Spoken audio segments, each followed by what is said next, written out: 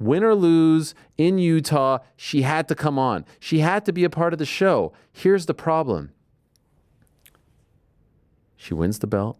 She makes history. First member of the Parlay Pals to fight for a UFC title. She then makes double history. First member of the Parlay Pals to win a UFC title. She pulls it off. Never doubted her. Never questioned her. By her side all the way. We talked about throwing our journalistic integrity out the window. We talked about being unbiased. We talked about all this stuff. Or being biased, I should say. And we're happy. We're loving how things turned out. One of our own. She's one of our own. Doing it for the little person. What a story. 2 years after the fight in Dallas. We go to bed. The vibes are high. They're immaculate.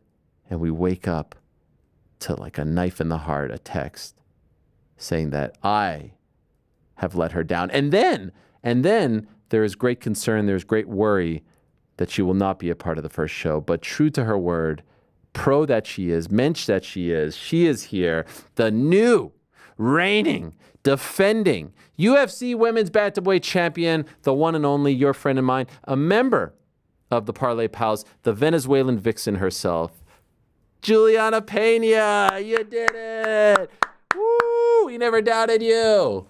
Whatever, you never doubted me. I saw those tweets. I was so upset at you, and you're lucky. You are so lucky that I like you guys, because seriously, I was considering to never work with you guys again. I felt so bad. I woke up to a text, and I felt like it was like a knife in the heart that I had let you down. And there's a great difference, Julianna. You must know this. There's a difference between believing and just keeping it real. And I was trying to offset our bias towards you by keeping it real, and it blew up in my face. Dude, where's your loyalty? You're supposed to be loyal to the soil. I'm your girl, and you freaking hanging me out to dry on freaking Twitter of all places. Like, talk about knife in the heart. I was crying when I read those tweets. You hit me with the screen grab, too. Did you see that yourself, or did someone, be honest, someone send it to you and say, this is your guy right here? Be honest. Yes. They're like, look what Ariel said. And I was like, oh, I had to text you immediately because I was livid. My blood was boiling. I was like, wow, Ariel did me dirty. I'm sorry. It was probably Bilal, wasn't it? It was Bilal. I'm kidding. I'm joking. Listen. Don't get me started. Do not start something you're not going to be able to finish right now. Listen. I have gone back. And I have atoned for my sins. I don't know if you heard our partner, but I have said to the world that upon further reflection, watching it, I thought you won that fight 5 rounds to none. I thought it was a whitewash. I thought it was a complete domination. I just want the world to know this. I've gone back and fixed this problem. Do you accept my apology? Don't be a smartass. I'm not some person that obviously can't handle the truth. I can. However, when you throw less and land more, when you're giving the other girl a bloody nose and a goose egg on her head, when you're taking her down, when you're freaking making her freaking eyes get as big as plates because you're hitting her so hard and rocking her shit that she wants to freaking find a way out of there, you can't tell me that I lost the fight. I will for sure say that I lost round 4. I got dropped and I was in a submission attempt, but I got back to my feet. And then when I got back to my feet, even all of those punches were harder and more significant in round 4. So yeah, I got dropped, whatever. I'll give her that round. But round 1 through 3 and round 5, obviously I am biased. I'm going to say I won that fight. And I'm so sick of all these people trying to make me feel like I didn't win. I don't know who I pissed off, but I'll tell you, the one thing that I think made everybody so upset at me was the elevation thing. They couldn't get off of the elevation. She didn't train the elevation. They just want to be right. They just want to be right. Be like, yep, see, she's gassing out. She's petering out because she didn't train an elevation. And it's like, stop with the elevation. Rewatch the fight without all of the commentary bias, and you will see clearly that I won that fight. And so which round specifically do you think you won? 1 through 3 and 5. Oh, wow. So you think you won? 5 was close. I'll give her that. 5 was close. I'll give her that. But again, my strikes are landing more. They're more significant. And she's throwing punches in the wind. I'm parrying it all. Literally, they don't get through. It's just it's like that one fight with Macy Barber. I can't remember who she fought, where she's just punching in the air at nothing. It's just one of those things where it's she's punching in the air. It's not landing. Whenever I punch, I land. Get the hell out of here with those stats. What is? No, that's not the stat. That's a scorecard. That's backing you up. That's the scorecard. That's a scorecard. Which somebody said one of these judges in the round that I took her down that I lost that round. Let me see if I can see that. Well, Sal D'Amato had it the first 3 rounds for you, so he agrees with you, and then he gives her the 4th, which you agree with, and then you said the 5th was up in the air, but he gives it to you. Then you have Derek Cleary, who gave her the 1st, 2 and 3 you, and then 4 and 5 her. And then, of course, you have the great Mike Bell, who once again agreed with Sal. First 3 for you, last 2 for her. That's how you won. Yeah. So I would say that all 3 of them have round 5 wrong. Interesting. I won round 5. And so does the backlash, does the people saying, oh, you didn't deserve this, has that soured this for you? Have you been able to separate the two?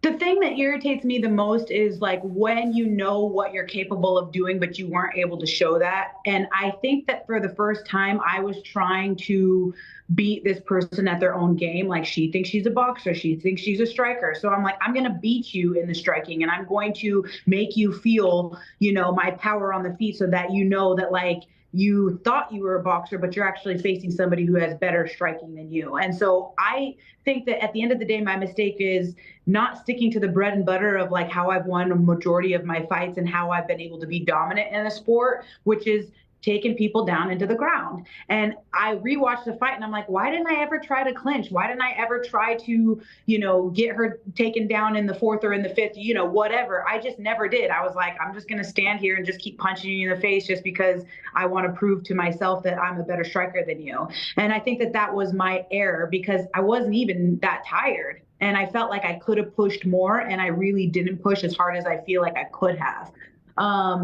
And I think that there's an air of fear that everyone was playing in my head all week long of, not training at elevation. So I was like, don't gas out. I think I had her in a submission attempt to rear naked choke. And I just remember Mayra Buena Silva gassing out and choking so hard. And then she's freaking laying on the mat like this, during the rest of their fight. And so I was thinking of Mayra Buena Silva gassing out during the chokes. And I was thinking of being at elevation and maybe that this is a real thing that I, didn't take into consideration and that I should have. So fighting those 2 demons were the reason why I feel like I played it very safe in there. And I don't think that I risked as much as I have in the past. Usually I'm like a wild banshee and just freaking going crazy and just trying to freaking be on you like white on rice. And in this fight, I think that I was just trying to prove a point that I could outstrike the striker and that I didn't need to try to take her down because I can beat her where she is the best. And I do feel like I showed that. Like, I do feel like all of my punches were more significant in terms of damage. Like I said, only one of us had a bloody nose in there. Only one of us had a goose egg on their face. What about the layoff? I was wondering if that was going to... Thank you. Yeah. Thank you. And there's so many things that like people don't know. They think that I just broke my ribs. They have no idea the truth of actually what has delayed me for so long. So tell us what happened. Oh, I can't. I'm not going to. You're why gonna not? have to pay me money. I'm doing a tell-all. Like, I'm damn. going to, For real? have to like write it in this, autobiography because they have no idea the amount of crap that I have been through in order to claw back up this mountain. So it's just, I'm just gonna like be quiet, let them think what they want. Get a little Vin Diesel in there, whether you win by an inch or win by a mile, a win is a win. And the name of the game is to pass the class. So order is restored. I have my belt back and now I can just focus on the next thing. And like, that's in the past, forget it. Okay. So considering that nightmare of a 2-year stretch, 2+ years, like what is it like? Do you look at the belt? Did you ever doubt that you would get it again? Does it feel surreal? I mean, it's a crazy journey that you've been on since that fight against Amanda, and to now be back as the queen of the bantamweights, like, does it make you emotional? Did you cry afterwards? Like, how did you process all of this? I cried in the background when I was like getting pictures with Mike Roach. You know how he always takes like the family photos and stuff. That's when I cried. I was crying for quite a bit after that. But I would say that I wouldn't necessarily call it surreal because when I walk around in my everyday and like when I like look in the mirror and when I go places or when I walk around, I'm like, I am the champ. I am the champion. I've always thought that. I've always felt that. You know what I mean? So I don't have these belts on display all over the house and trying to throw them up in people's faces. It's like I don't need to do that because I know that I am on the inside the champion. So it was just for me, just needing to get to the fight and needing to just let them get my hand raised so that I can, you know, have that gratification for myself and say, yes, I am the champion, just like I knew I was, and now everybody knows again, and so it's all great. But it was one of these things where it was like it was just a matter of time before they gave me my belt back, and I knew that all along leading up into the fight. You never doubted it. You never thought, will I not come back? Will I not be fit enough? Will I not get this chance? Oh, I can assure you that I'm always doubting, can I make it to the fight? As you guys have seen in my history, injuries and, you know, surgeries and stuff like that as what has been prolonging my career all these times, and staying healthy and actually making it into the octagon is always the hardest part. It's not my opponent. It's not the person that I'm fighting that is a worrisome for me. It is, can I make it through the camp without breaking down? Can I make it to the octagon without freaking going in there like a bag of bones with broken everything? And that's always my biggest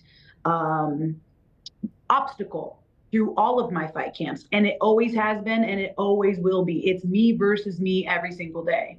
Okay, so how were you going into this one? Like, how was the body? How did it hold up? I mean, it held up, but I definitely can say that, like, I needed to make sure that I was very safe in training because, you know, normally I'm balls to the walls, but you can't be like that anymore. It's got to be, you know, train smarter, not harder. You have to make sure that you're doing the recoveries and getting the massages and everything like that. So every day camp was great. I will say, like, 2 weeks before the fight was really scary because I was doing some promotional stuff for Real American Beer, and the move that they had me do actually, I don't want to say injured me or got me hurt, but like I was like, oh no, like the whole week I was really contemplating, is my body going to hold up in there? Is it going to tweak? Is it going to mess up? And it didn't. And I want to thank Wayne Gregory for that, and the UFC PI team, because they worked on me. I was just waiting to get to fight week just so that I could have the PI team work on me every single day.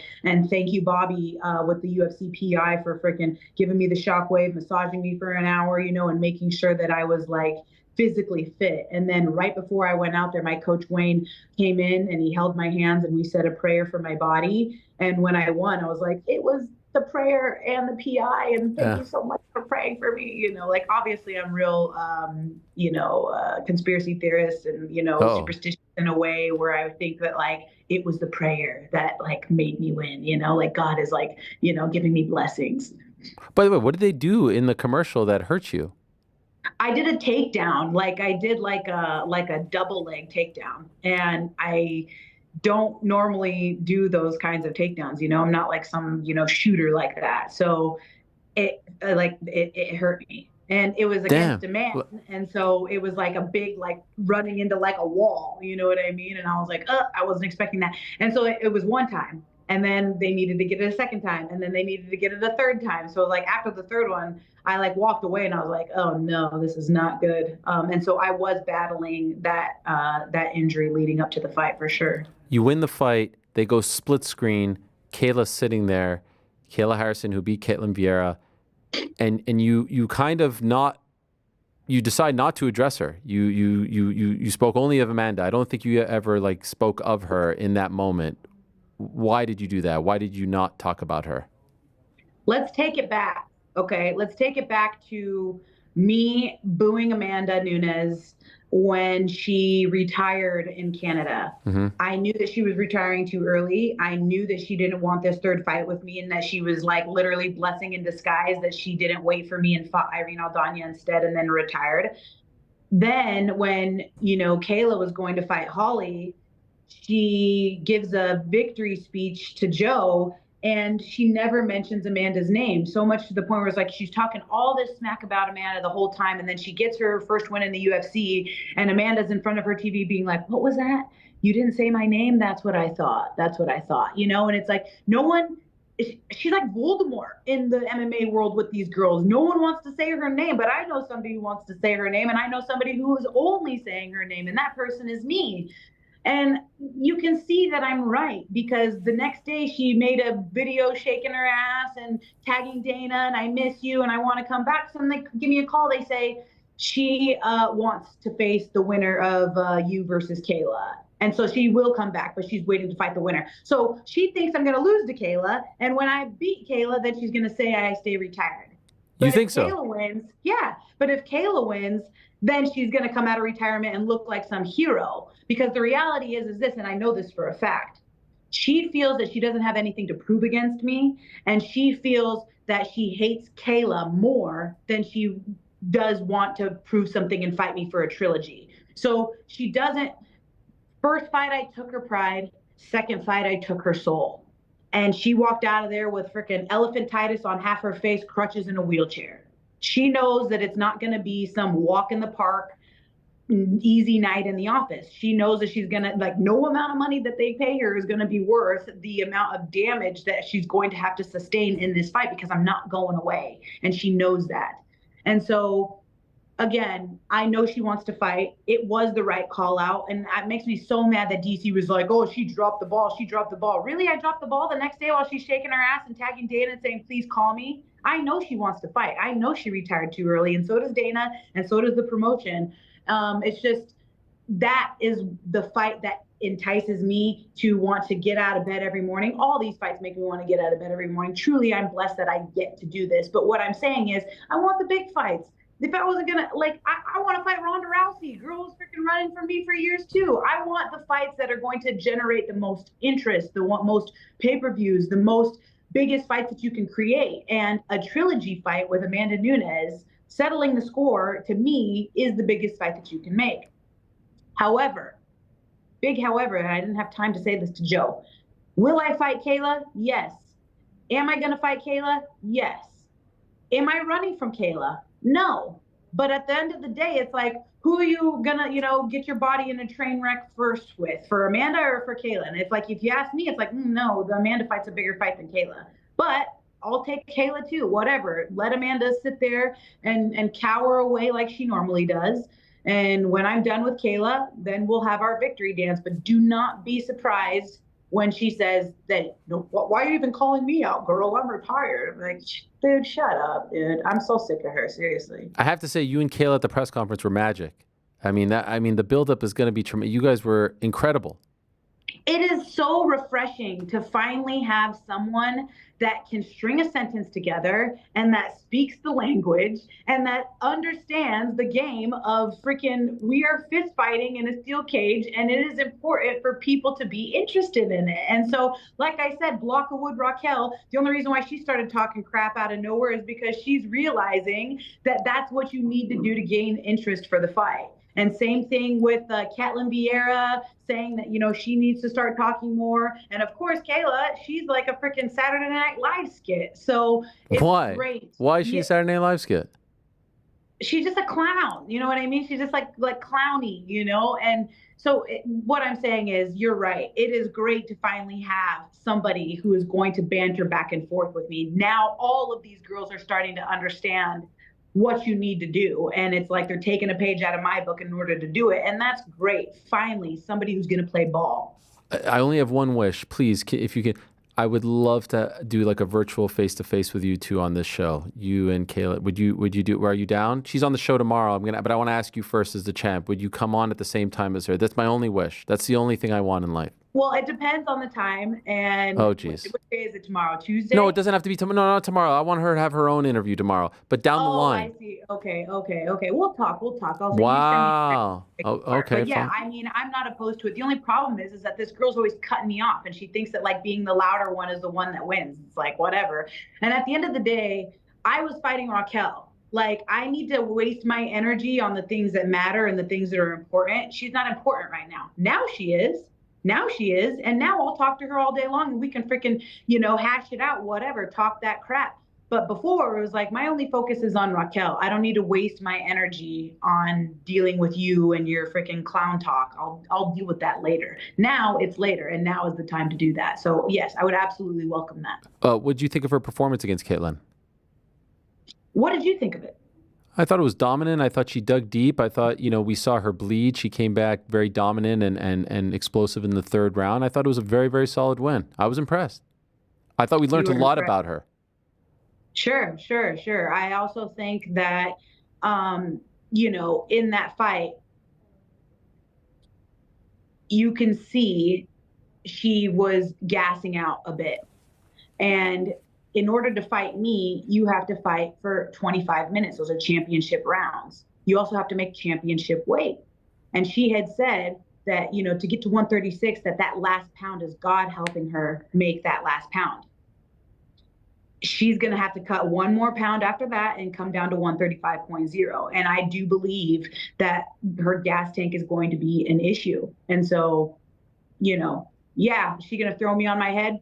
Probably. But am I going to go away after one throw? No. And she knows that. So her, she can talk all the crap that she wants. She can say whatever she wants. But at the end of the day, honey, I am not afraid of you. You are not some oogity boogity person who can't be beat. I see you bleed the same blood as me. I seen you lose in the PFL, and that's when you came running over to the big leagues. Like, you are in the big leagues now. You were playing over there in the AAAs. You were over there in the minors. Now it's the real shit. Now is where we find out what you're freaking made of. Can you make the weight? Can you fight for 25 minutes? And I guarantee you, I will not go away. If she thinks she's just going to take me out in the first round or the second round or the third round, like, Holly Holm or Ketlin Vieira, she is sorely mistaken.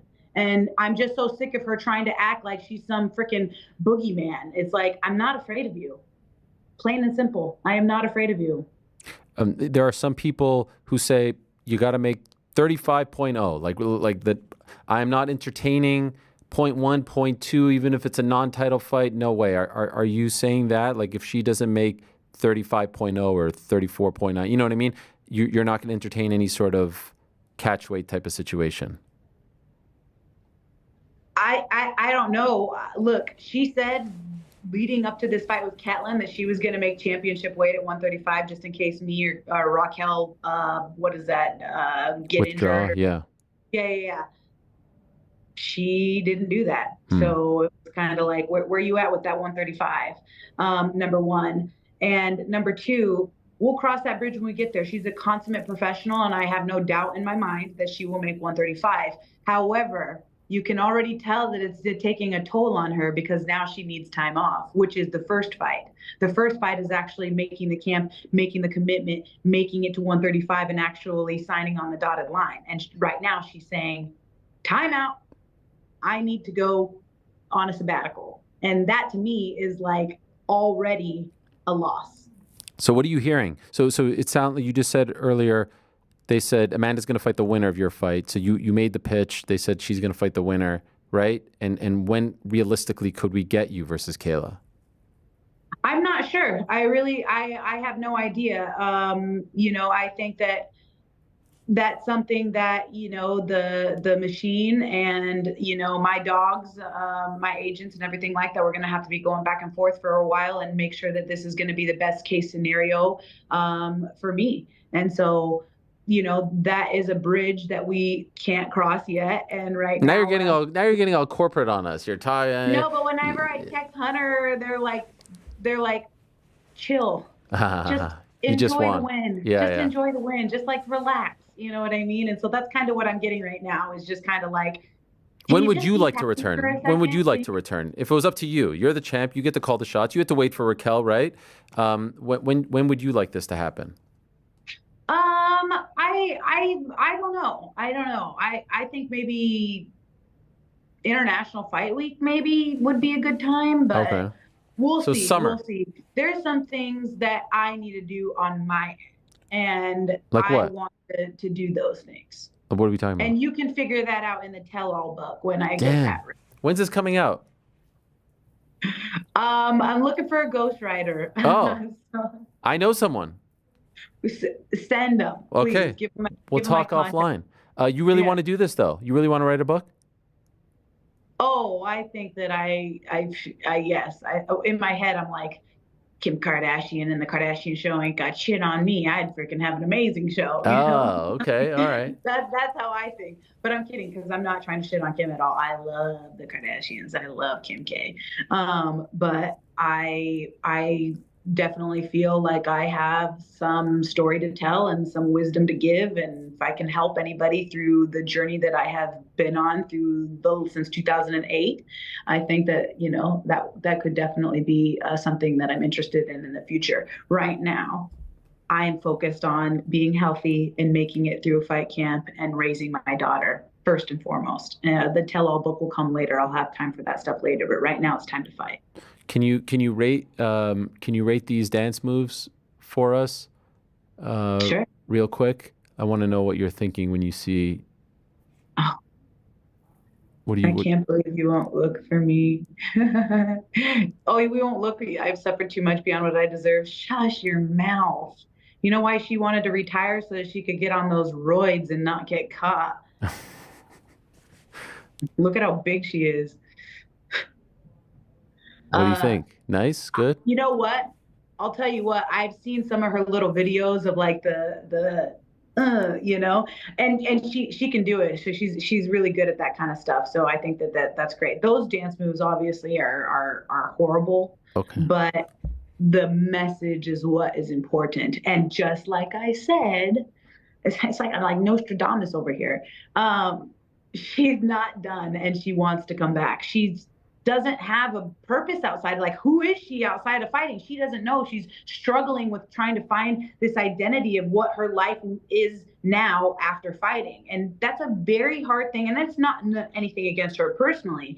You look at, people in the Marine Corps that get out of the Marines, or you look at fighters that retire and they're done, or any sort of, professional athlete, their identity is being a fighter. Their identity is being a professional athlete. When that's done, it's kind of like you have to find yourself all over again. Like, who am I? What is my purpose now? And I think that she's been struggling with that. And that is why you see this video of her shaking her ass and begging Dana White to give her a call. It's for a reason. It's because she knows that she's got that itch. Two last things. And number one, the biggest question of them all. Now that you're a champ, now that you're the queen, now that you're on top of the world again and the belle of the ball, are you now too big for us, the program? There's a lot of concern back there. We're a new outfit now, so we don't have our sponsorships lined up just yet. But the Parlay Pals, we're an institution, and there's some concern that you're now too big time for us. I have tried my best to squash those concerns, but it would be nice to hear it from you. First off, you said now that I'm the queen again. I've always been the queen, okay? And I'm always gonna be the queen, so don't get it twisted. Second off, the Parlay Boys. Uh-oh. I'll tell you what, those Parlay Boys were making me stressed big time. Every week I'd be like, oh, what am I gonna do? Who am I gonna pick? I think I can manage making a pick. I think I can join the boys again. But I was like questioning. So now that you're here on this thing, your new outfit, we're working. You guys are back on with the parlay. We're working on it. We're working. But there was some concern. I think, Connor, am I allowed to bring up some of the concerns, or is this what concerns? I want to hear it directly from the horse's mouth. Well, the double tap DM. I mean, there were some concerns. No, I mean, there was the double tap DM. I wish her the best of luck. Just got double tapped. He just got double tapped. He didn't. He felt like there wasn't. It felt frosty. That hurts my heart. I'm so sorry, GC. There's so many people hitting me up all the time. And I am like trying to not be on my phone with the screen time as much as possible. Because I just every time I look at the phone, it's like, die, bitch. So I'm so sorry. I apologize, GC. Wait, so you're saying that because I double tapped, you don't want me to be a part of the boys? No. There was concern that you wanted out. We want you. We called you. We wanted you. That's why I felt so bad. We want you now more than ever. We're out there on the front lines trying to make you an official part of it. We want you to get paid. But there was the double tap left us a little bit befuddled. You like me. You really, really like me. It makes me feel so nice. Of course, I want to be a part of the boys then. you guys are working this outfit and going back to the Parlay Boys, I'm an honorable member. Hello, of course I want in. GC, you good with that? Oh yeah, I'm great with it. I actually have to Venmo Juliana, maybe $5-10 because I'm the only parlay pal that actually put cold hard cash down on it. Thanks, New York Rick and Mysterious Frank. Yeah, they didn't have the faith. That was a gambling Time out. If only one of us went on air and said that they scored round 1 for Julianna and had her 3-2. I mean, I'm not going to say who it was. I'm not going to point any fingers. I'm not going to say any names, but there was only one person who scored the fight for you. I also didn't out of everybody. tweet anything saying about anything about rounds or anything. Yeah, whoever didn't tweet, what was that? Was that Mysterious Frank or that was Frank. Yeah, thank you, Frank. Thank you. Obviously, all of the freaking MMA media hates my guts because I saw that it was like a post is like every single one scored it against me. I'm like, what did I do to you guys? Why do you hate me so much? No wonder why Ronda was always so freaking upset at the media. Is it possible they were just calling it like they saw it? Why does it have to be a bias? They need to go rewatch it without all that freaking garbage commentary and look at the significant strikes. I threw less and I landed more and they were harder shots. Rewatch it. Who are you most mad at? Who was biased in the commentary? Everybody told me that the commentary was garbage. So when I did rewatch the fight, I didn't even turn it up. Wow. Okay. I know that Joe Rogan embarrassed me. He's sitting there behind me, like when they call it for me, and his eyes are like, oh, I can't believe this is ridiculous. I'm just like, Joe, dude, like, I thought you were my boy, man. It's like heartbreaking to hear these things. Like, you know what? DC told me before the fight, you're gonna win. And I think that you need to go bum rush her and just take her out in the first round. And I truly believe that because I didn't go push the pace like psycho Julianna in the first round, that they were just upset that I didn't go do what they wanted me to do. And they were upset that I didn't train at elevation like they wanted to be right about. And so I just think that obviously, and you know what's sadder about all of those guys commentating against me is man, I thought that we were cool, dude. I thought that and obviously they got a job to do, but it's just heartbreaking because I want everyone to be on my side. And when they look at you and they talk to you and they're friendly with you and they say all these great things about you, but then publicly on the freaking broadcast, they're just trashing you. It just maybe listen to it and don't listen to the people who are saying and maybe you'll feel otherwise. I don't know. Yeah, I think you're that's right. best. I need to do that. I just haven't yet. Okay. But I'm going to because I do think you could be right. I think people are just being protective. Yes. That, but if I listen to it, I don't think it was biased. I really don't. Yeah. Last thing, Kayla Harrison on the show tomorrow. She texted me right before you came on. Anything you want to say to her? Any message to Kayla that we can play to her tomorrow? Don't interrupt me, and be nice. Okay, that's it. I wasn't expecting it to be that short and sweet, but I'm not sure she'll oblige.